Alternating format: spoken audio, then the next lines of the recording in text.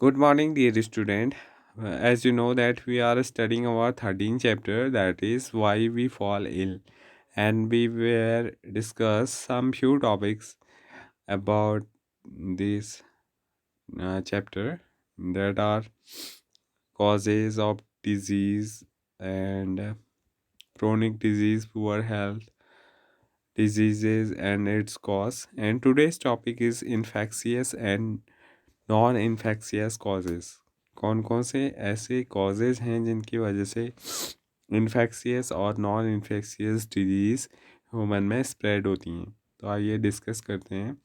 As we seen, जैसा कि हम देखते हैं, it is important to keep public health and community health factor in mind when we think about causes of disease. जब भी हम डिजीज़ के बारे में सोचते हैं तो हमें किस चीज़ के बारे में ध्यान रखना पड़ता है? पब्लिक की हेल्थ के बारे में, कम्युनिटी की हेल्थ के बारे में और ख़ुद अपने इंडिविजुअल हेल्थ के बारे में हमें सोचना पड़ता है। We can take that approaches a little further. It is useful to think of the immediate cause of disease as belonging to the distinct type. One group of cause is the infectious agent, mostly microbes or microorganisms. तो जब हम बात करते हैं disease के cause की, तो हम फर्स्ट ग्रुप में उन कॉजेज़ को डालते हैं जो क्या होते हैं, इन्फेक्शियस एजेंट होते हैं। और इनमें मोस्टली कौन होते हैं? जैसे माइक्रोब्स होते हैं या फिर माइक्रो ऑर्गेनिज्म होते हैं। माइक्रोब्स के अंदर हम देखेंगे बैक्टीरियाज, फंगीज और वायरसेस। और माइक्रो ऑर्गेनिज्म में हम कौन सी बात करते हैं? पैरामीशियम, यूग्लिना और अमीबा। तो ये सारे क्या हो सकते हैं? ये सारे कॉजेज़ हो सकते हैं जिनकी वजह से क्या हो सकती हैं, कुछ इन्फेक्शियस डिजीज़ ह्यूमंस में फैल सकती हैं। तो इनको हम बोलते हैं infectious agent. Disease where microbes are the mediated cause are called infectious disease. तो ऐसी डिजीज़ जिनमें माइक्रोब्स क्या करते हैं, इमीडिएट करते हैं कॉज को, तो ऐसे को हम बोलते हैं infectious disease. This is because the microbes can spread in the community and the disease they cause will spread with them. क्योंकि जो माइक्रो ऑर्गेनिज्म होते हैं वो क्या करते हैं, वो स्प्रेड हो जाते हैं पूरी कम्युनिटी के अंदर, और इस वजह से जिस डिजीज़ को कॉज करते हैं वो उसे पूरे कम्युनिटी के जितने भी मेंबर्स होते हैं उनको क्या कर देते हैं, फैला देते हैं। आगे बात करते हैं things to ponder. Do your disease spread to people coming in contact with the sick people? Do all disease, क्या सारी की सारी डिजीज़ स्प्रेड होती हैं सारे पीपल्स में जो कांटेक्ट में आते हैं किसी बीमार आदमी के? क्या सारी की सारी बीमारियां फैल जाती हैं? But are the disease that are not spreading, ऐसी कौन सी डिजीज़ होती हैं जो स्प्रेड नहीं होती हैं? How would a person develop those disease that don't spread by contact with the sick person? तो ऐसी कौन से डिजीज़ को बढ़ाना चाहेंगे जो बिना कांटेक्ट के फैलती हैं? On the other hand on the other hand there are also diseases that are not caused by infectious agent. यहाँ कुछ और भी डिजीज़ होती हैं जो किसी इन्फेक्शियस डिजीज़ से नहीं फैलती हैं या किसी इन्फेक्शियस एजेंट से नहीं फैलती हैं। देयर कॉज वेरी, उनके अलग अलग कारण हो सकते हैं, but they are not external cause, लेकिन उनका कोई एक्सटर्नल कॉज जैसे माइक्रोब्स की अगर हम बात करें तो वो माइक्रोब्स नहीं होंगे। That can spread in the community, वो क्या करेंगी, वो कम्युनिटी के अंदर फैलेंगी। Instead there are mostly internal, इसके बदले वो क्या होंगी, वो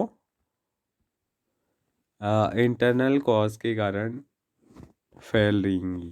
तो ऐसे को हम क्या बोलेंगे, नॉन इन्फेक्शियस कॉजेज़ बोलते हैं। For example some cancers are caused by genetic abnormalities. तो कुछ कैंसर ऐसे होते हैं जिनकी जो किस कारण से होते हैं, जेनेटिक मेकअप में चेंजेस होने की वजह से। हाई ब्लड प्रेशर की अगर हम बात करें तो ये कैसी डिजीज़ है, ये एक नॉन इन्फेक्शियस डिजीज़ है, can be caused by excessive wait and lake of exercise. तो ये किस चीज़ की वजह से कॉज्ड होता है, अगर किसी पर्सन का वेट काफ़ी ज़्यादा है, एक्सेस वेट है, या फिर उसके अंदर लेक ऑफ एक्सरसाइज है, यानी कि वो अपने फिजिकल वर्क को completely नहीं करते हैं। You can think of many other disease where the immediate cause will not be infectious। तो हम ऐसे बहुत सारे डिजीज़ के बारे में डिस्कस कर सकते हैं जहाँ पर डिजीज़ का जो रीज़न है वो एक इन्फेक्शियस एजेंट नहीं होता है। Peptic urease ulcers and the Nobel Prize, peptic ulcers and Nobel Prize. For many years, everybody used to think that peptic ulcers, which cause acidity related pain and bleeding in the stomach, एक बीमारी है ulcer की, जहाँ पर क्या होता है, जहाँ पर एसिडिटी होती है और पेन होता है, रिपीटेड पेन होता है, ब्लीडिंग होती है स्टमक के अंदर। एंड ड्यूडेनम, ड्यूडेनम वाले पार्ट में, ड्यूडेनम हमारा एलिमेंट्री कैनाल का एक पार्ट है। Pair because of lifestyle reasons, ये किस कारण से होता है, लाइफ स्टाइल, हमारी जो रहन सहन है प्रॉपर वे में अगर हम फूड वगैरह नहीं लेते हैं, every day everybody through that a stressful life led to the a lot of acid secretion in the stomach। क्या होता है, अगर हम अपने दैनिक जीवन में काफ़ी ज़्यादा स्ट्रेस लेते हैं या हमारी लाइफ ऐसी हो चुकी है कि हमें बहुत ज़्यादा स्ट्रेस लेना पड़ रहा है, तो इसकी वजह से क्या होता है, बॉडी के अंदर काफ़ी, स्टमक के अंदर काफ़ी ज़्यादा अमाउंट में एसिड का सिक्रीजन होता है and eventually cost peptic ulcers. और इसकी वजह से क्या होते हैं, हमारे जो इंटेस्टाइन है वहाँ पर क्या हो जाते हैं, वॉन्ड हो जाते हैं एसिड की वजह से, और क्या होता है, पेप्टाइड अल्सर देखने को मिलते हैं। Then two Australian made a discovery that a bacterium. उसके बाद क्या हुआ, तो ऑस्ट्रेलियन ने उन्होंने क्या किया, डिस्कवर किया बैक्टीरियम का, Helicobacter pylori was responsible for peptic ulcers.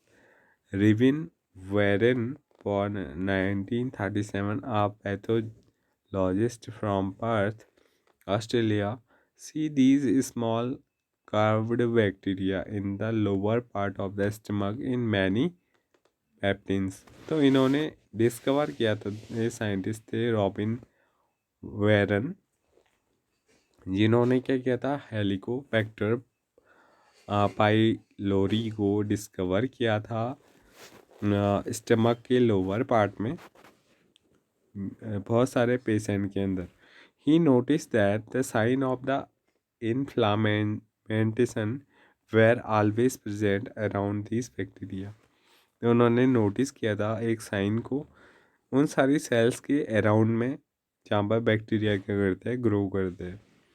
Barry Marshall, born 1951, a young clinical fellow, become interested in Warren findings। तो ये एक साइंटिस्ट थे बैरे मार्शल, जिन्होंने वारेंस के जो फाइंडिंग थी, जो उनका डिस्कवरी था, उसमें उन्होंने इंटरेस्ट दिखाया and succeeded in the cultivating the bacteria from दो सोर्सेस, दी सोर्सेस। तो इन सोर्सेस यानी कि पेशेंट की बॉडी से उन्होंने क्या किया, बैक्टीरिया को कल्टीवेट कर लिया, उसे कल्चर मीडिया में ग्रो करवाया। In treatment study martial and Warren showed that patient could be cured of peptic ulcers only when the bacteria were killed off from the stomach। तो उन्होंने, उन दोनों साइंटिस्ट ने बताया कि हम इस बीमारी से, कौन सी बीमारी से, पेप्टिक अल्सर से तभी बच सकते हैं जब बैक्टीरिया को क्या कर दिया जाए, किल कर दिया जाए स्टमक के अंदर। Thank to this pioneering discovery by Marshall and Warren. तो इस चीज़ के लिए उन्हें थैंक्स है। Peptic ulcer disease is no longer a chronic. तो अब ये क्या है, एक क्रोनिक डिजीज नहीं है, frequently disabling conditions, but a disease that can be cured by a short period of treatment with antibiotics। तो एंटीबायोटिक्स के यूज़ से हम क्या कर सकते हैं, इस डिजीज़ से काफ़ी कम समय में ही इस डिजीज़ का जो एजेंट है उससे हम छुटकारा पा सकते हैं। For this achievement martial and Warren seen in the picture received the Nobel Prize for Physiology and Medicine in 2005। तो इस दो दोनों चीज़ों के लिए दोनों साइंटिस्ट को 2005 का क्या मिला, नोबल प्राइज़ मिला। The way in which disease spread, जिस माध्यम से डिजीज स्प्रेड होती है, and the way in which they can be treated, और जिस तरीके से उन्हें ट्रीट किया जाता है, and prevented at the community level would be different from different disease. तो हर एक डिजीज़ के लिए जो उसका फैलने का तरीका है, इस बीमारी का फैलने का तरीका है, या फिर उसके लिए जो ट्रीटमेंट किया जाता है और कैसे उसे प्रिवेंट किया जाता है कम्युनिटी लेवल पर, वो हर एक डिजीज़ के लिए क्या होता है, डिफरेंट होता है। This would depend a lot of whether the immediate cause and infectious और नॉन इन्फेक्शियस। तो सबसे पहले जो बेस रहता है डिजीज़ का, वो इन्फेक्शियस और नॉन इन्फेक्शियस बेस्ड रहता है। कि अगर हम किसी सोसाइटी में इन्फेक्शियस डिजीज़ हो गई है, तो हमें उसके लिए कौन कौन से प्रिवेंशन मेथड्स का यूज़ करना है, कैसे हमें उसे स्प्रेड होने से रोकना है, और क्या हमें ट्रीटमेंट के लिए टेक्निक्यों का यूज़ करना है। तो ये इन्फेक्शियस के लिए बिल्कुल अलग होंगी, और नॉन इन्फेक्शियस डिजीज़ के लिए क्या होती हैं, अलग होती हैं। जैसे अगर हम अभी की बात करें, तो कोरोना डिजीज़ जो है वो क्या है, एक इन्फेक्शियस डिजीज़ है, और उसके लिए उसी टाइप की क्या लिए जा रहे हैं, मेजर्स का यूज़ किया जा रहा है। हमें रेगुलर क्या करना है, हैंड वॉश करना है, और सोशल डिस्टेंसिंग का को फॉलो करना है। तब जा कर के हम क्या हो सकते हैं, प्रिवेंट कर सकते हैं खुद को, अपनी सोसाइटी को, अपनी कम्युनिटी को इस डिजीज़ से बचने के लिए। तो आज का लेक्चर यहीं पे कंप्लीट होता है। इससे आगे हम देखेंगे नेक्स्ट वीडियो में। नेक्स्ट टॉपिक आपका क्या है, नेक्स्ट टॉपिक है इन्फेक्शियस डिजीज़, और कौन कौन से इन्फेक्शियस एजेंट होते हैं, इन सब के बारे में हम स्टडी करेंगे। Thank you.